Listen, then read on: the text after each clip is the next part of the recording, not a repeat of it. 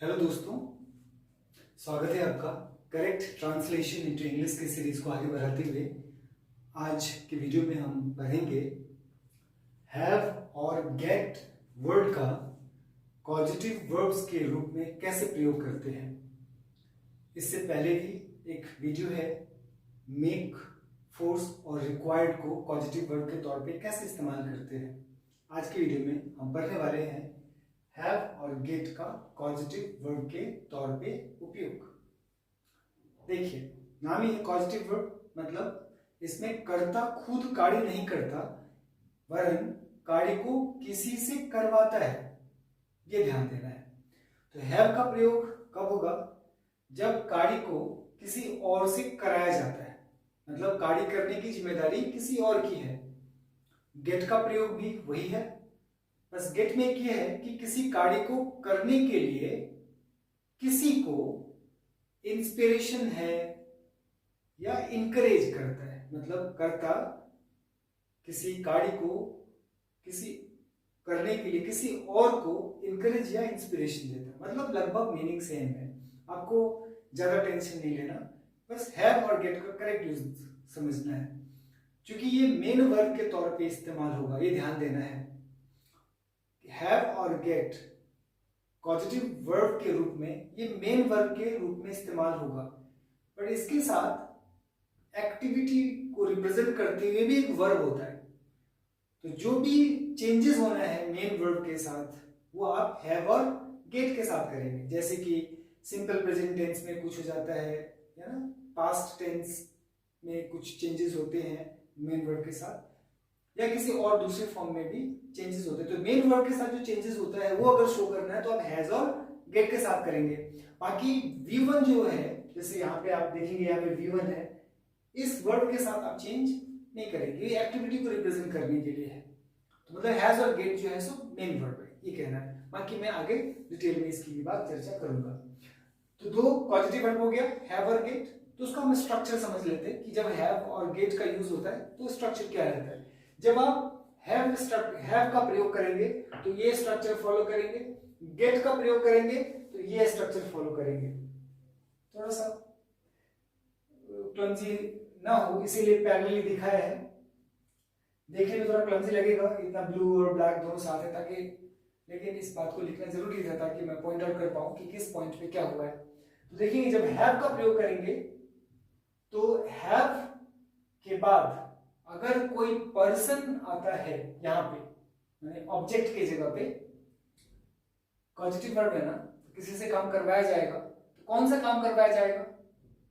नहीं, जिस पे काम कराया जाएगा, मतलब जिस पे काम का इन्फ्लुएंस होगा वो ऑब्जेक्ट होगा। तो बेसिकली ये ऑब्जेक्ट का पोजीशन है। तो कहना है कि हैव के बाद अगर पर्सन आता है ऑब्जेक्ट के तौर पे, तो उसके बाद V1 आएगा विदाउट टू।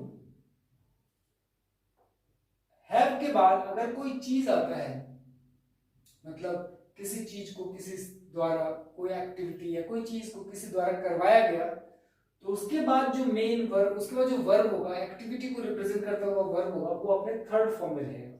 यानी V1 V2 V3, जिसको पास्ट पार्टिसिपल फॉर्म कहते हैं, ये थर्ड फॉर्म में रहेगा। जरा गेट को भी देख लेते हैं। गेट का स्ट्रक्चर क्या है? सिमिलर है, लेकिन सिमिलर मतलब सिमिलर है बट पूरा एग्जैक्टली सेम नहीं है, इसलिए सिमिलर वर्ड किया। जब गेट वर्ड यूज करेंगे और गेट के बाद अगर लोग आ रहे हैं, कोई पर्सन आया है, तो एक्टिविटी को रिप्रेजेंट करने के लिए आपको वर्ब यूज करना पड़ेगा। उसमें उस वर्ब के पहले फॉर्म से पहले आपको टू लगाना पड़ेगा। देखिए फर्क आ गया ना। Have person V1 without to. जब गेट यूज करेंगे तो गेट पर्सन टू, उसके बाद V1, मतलब यहाँ पे जो वर्ब है ना, एक्टिविटी रिप्रेजेंट करता हुआ जो वर्ब है, वो टू के साथ आया है। बट जब हैव की बात आई थी तो एक्टिविटी को रिप्रेजेंट करता हुआ जो वर्ब है वो बिना टू के साथ, ये ध्यान देना है। देखने में सेम है पर थोड़ा सा फर्क है। ये थोड़ा सा फर्क ही सेंटेंस को करेक्ट इनकरेक्ट कर देता है, तो इसीलिए इन चीजों को बारीक से समझना है। मतलब जब हैव यूज करेंगे और उसका ऑब्जेक्ट अगर लोग है और तो एक्टिविटी को रिप्रेजेंट करता हुआ जो वर्ब, उससे पहले टू नहीं लगेगा, मतलब वो एक्टिविटी को रिप्रेजेंट करता हुआ वर्ब विदाउट टू होगा। यहाँ पे विदाउट टू, ये वाला वर्ब विदाउट टू। लेकिन जब हम गेट का प्रयोग करेंगे और उसके बाद कोई पर्सन आता है और उसके बाद एक्टिविटी को रिप्रेजेंट करता हुआ वर्ब है, तो वो विदाउट टू नहीं है, वो टू के साथ है, ये ध्यान देना है। ओके, फिर उसी तरह हैव का एक और स्ट्रक्चर है, क्या हो अगर उसके बाद लोग ना हो, कोई चीज हो, राइट। अगर ऐसा होता है हैव के बाद कोई चीज होता है तो उसके बाद ना वर्ब का थर्ड फॉर्म होता है, क्योंकि वो चीज किसी द्वारा करवाया जाता है, तो वहां पर पास्ट पार्टिसिपल फॉर्म रहेगा। गेट वाले स्ट्रक्चर में सेम रहेगा, मतलब गेट उसके बाद कोई चीज है, उसके वर्ब का थर्ड फॉर्म। तो दोनों हैव और गेट में क्या देखा, हैव और गेट दोनों ही पॉजिटिव वर्ब के तौर पे जब इस्तेमाल होगा, और हैव का अगर ऑब्जेक्ट पर्सन हो, जैसे कि यहां पर है हैव का ऑब्जेक्ट अगर पर्सन हो, तो जो एक्टिविटी को रिप्रेजेंट करता हुआ वर्ब आता है वो विदाउट टू होगा। लेकिन गेट के केस में जैसे यहां पर जो एक्टिविटी को रिप्रेजेंट करता हुआ वर्ब है वो विथ टू आएगा, मतलब ऑब्जेक्ट से वर्ब से पहले एक्टिविटी को रिप्रेजेंट करता हुआ जो वर्ब है उससे पहले टू आएगा।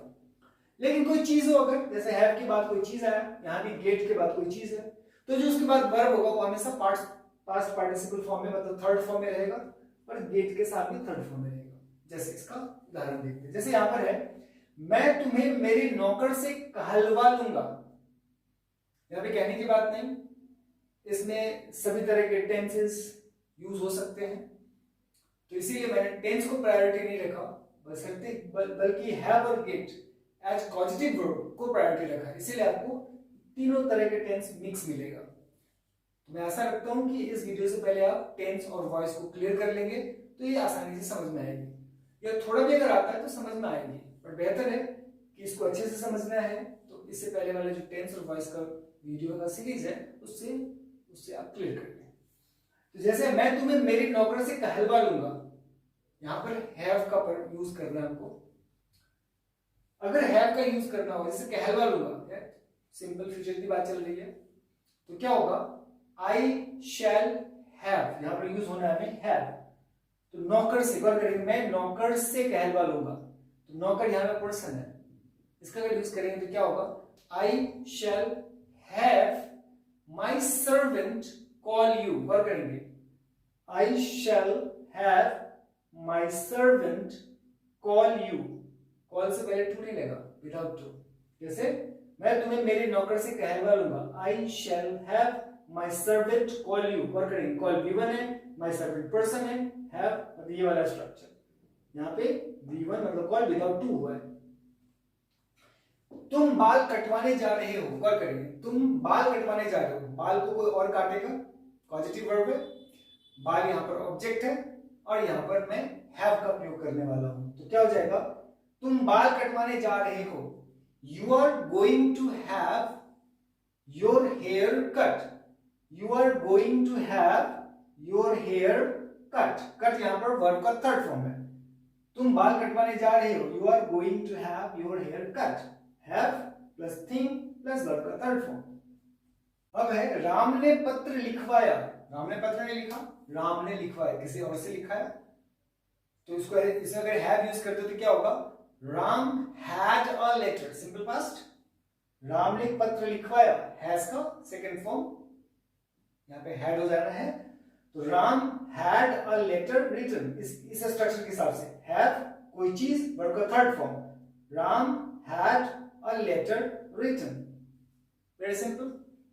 फिर है उसने एक घर बनवाया है, ये प्रेजेंट परफेक्ट, तो इस स्ट्रक्चर के हिसाब से ये चीज जिसमें यहाँ पे घर चीज है, तो he has a house built या रिपेयर्ड, अच्छा सॉरी बनवाया है, बिल्ट, रिपेयर्ड यहां पर है दूसरा सेंटेंस, तो क्या हो गया, उसने घर बनवाया है, तो he has a house built, उसने नहीं बनाया, बनवाया, किसी और ने बनवाया, तो और क्या बनवाया, चीज बनवाया, तो चीज यहां पर है, तो इस स्ट्रक्चर को फॉलो करेंगे।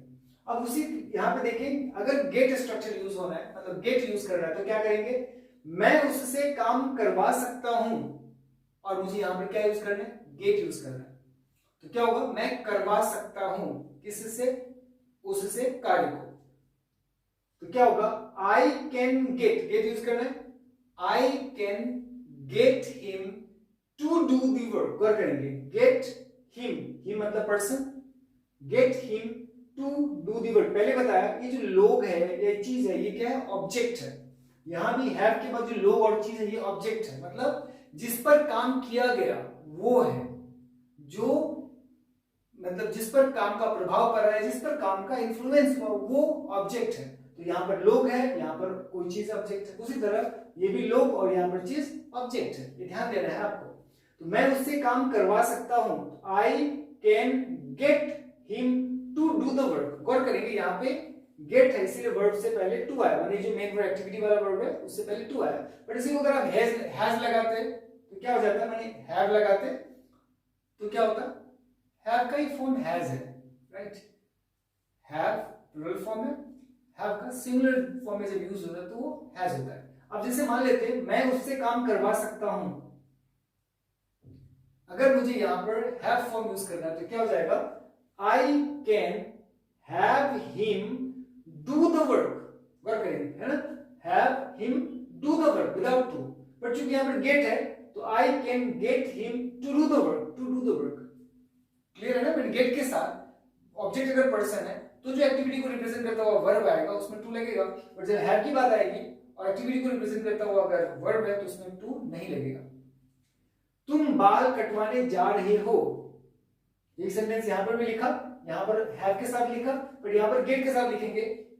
तुम बाल कटवाने जा रहे हो, you are going to get your hair cut, get your hair cut, verb का थर्ड फॉर्म।